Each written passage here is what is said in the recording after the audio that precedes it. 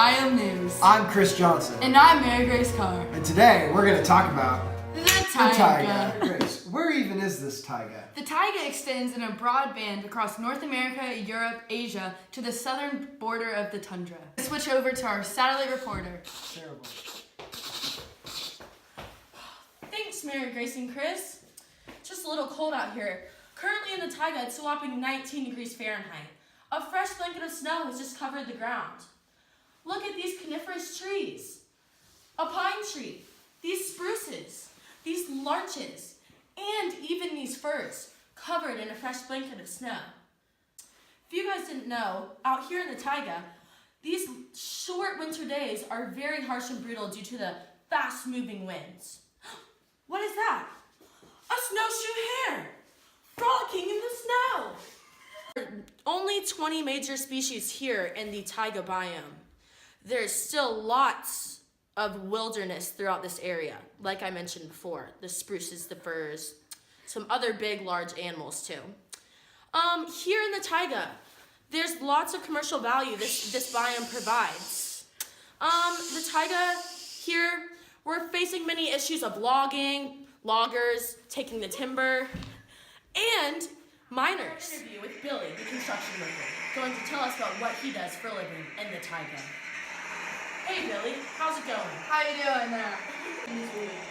We use the pulp from the wood for paper, hardwood floors, all your paper products, etc. The animals kind of suffer because of it, but you know, it's no big deal. Consumerism, am I right? I mean, yeah, I bet, considering there's not a very diverse species population. What was that? It's kind of loud in here. Now back to you, Chris, in the studio. Thanks, Sarah. Man, that taiga, what a biome. That Billy, what a character. But honestly, the taiga really is facing a big environmental issue, deforestation. This is the main environmental issue in the taiga, which is cutting down trees. Many of the products we use in everyday life are a product of logging, which is harvesting trees from human use, and this comes from the taiga. Much of the wood that fills our homes, such as the beams holding it together or the hardwood floors, originate from the taiga. Paper products, such as newsprint, also come from trees in the taiga.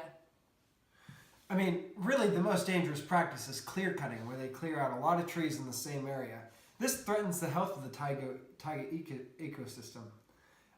And that not only do the trees provide homes for animals, but they also keep the soil good, and it's called soil integrity. Without trees, there's a lot of runoff, and you can't use the land as well for agricultural purposes.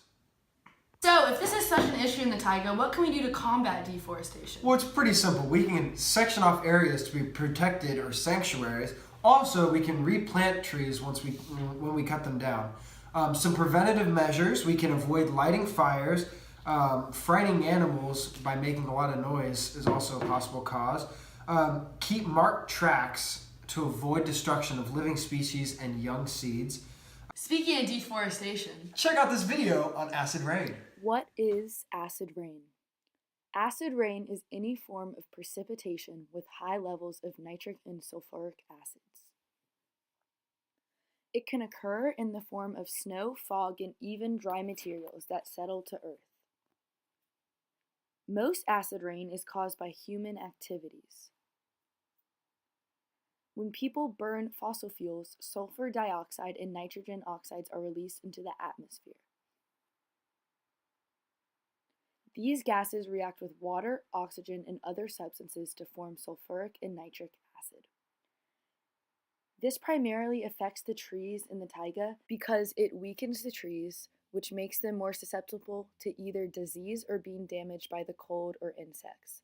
This affects the animals of the taiga biome because it destroys the trees that the animals rely on for shelter and food, as deforestation in the taiga biome already is responsible for destroying so many trees. The animals cannot afford to lose any more of their precious habitat. Groups such as the Clean Air Council and Center for Biological Diversity have already gone to court against the government to ensure emissions are reduced and pollution is stopped. Clean air alternatives such as windmills can also be used to reduce the amount of fossil fuels that are used for energy use. And now it's time for our special guest. He's always icy, and his name also happens to be Taiga. Let's meet him now in the studio audience. Okay.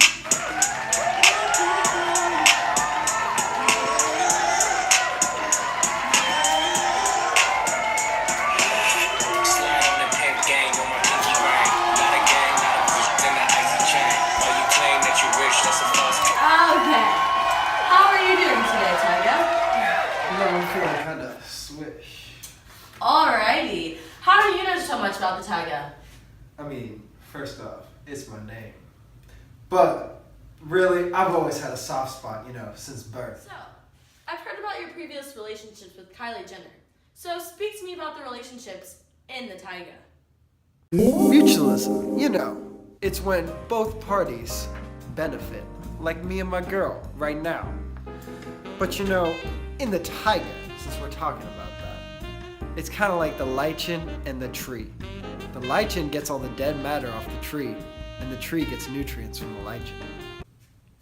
Commensalism. It's when the two parties, one's benefiting and the other's just chilling. Kind of like when a girl's chasing me. She's getting a lot out of it. I'm just chilling. But in the taiga, it's kind of like a squirrel living in a tree.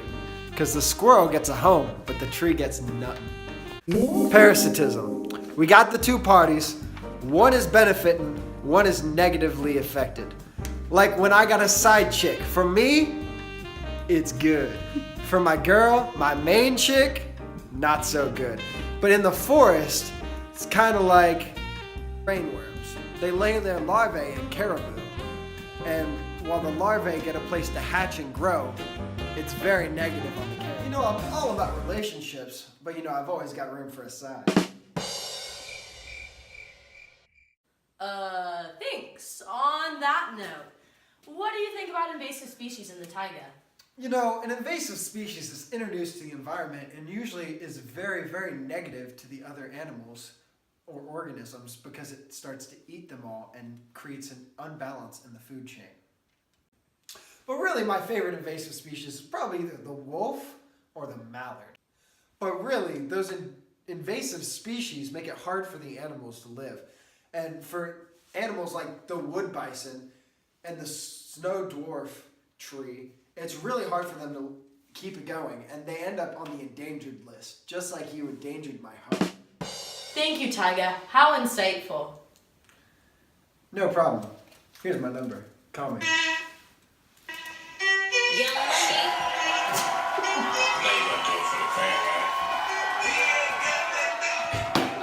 That taiga character, very insightful, but very strange. I liked him. Chris, has anyone ever told you kind of resemble him? No, never heard. Taiga guy, very valuable, many hit songs, many women.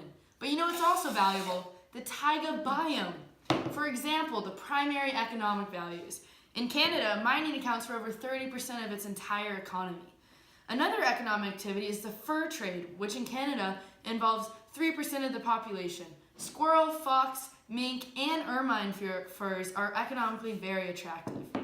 The fishing industry produces salmon and other fish, basically for local consumption. The taiga also contains a lot of oil and natural gas fields. Today, Norway is the greatest oil exporter in Europe. And lastly, Siberia contains large reserves of coal, oil, methane, iron, silver, gold, diamonds, uranite, and many. For watching Biome News. We can assure you, we have all of the qualifications. And he's not lying. Oh, our puns are unbearable. Thank you for watching Biome News, brought to you by our anchors Mary Grace Carr and Chris Johnson, and special satellite reporter Sarah Gold. Special thanks to our special guest Taiga and Billy the construction worker. Come to Biome News on Channel 8 bi-weekly for all your information on what's happening in your world.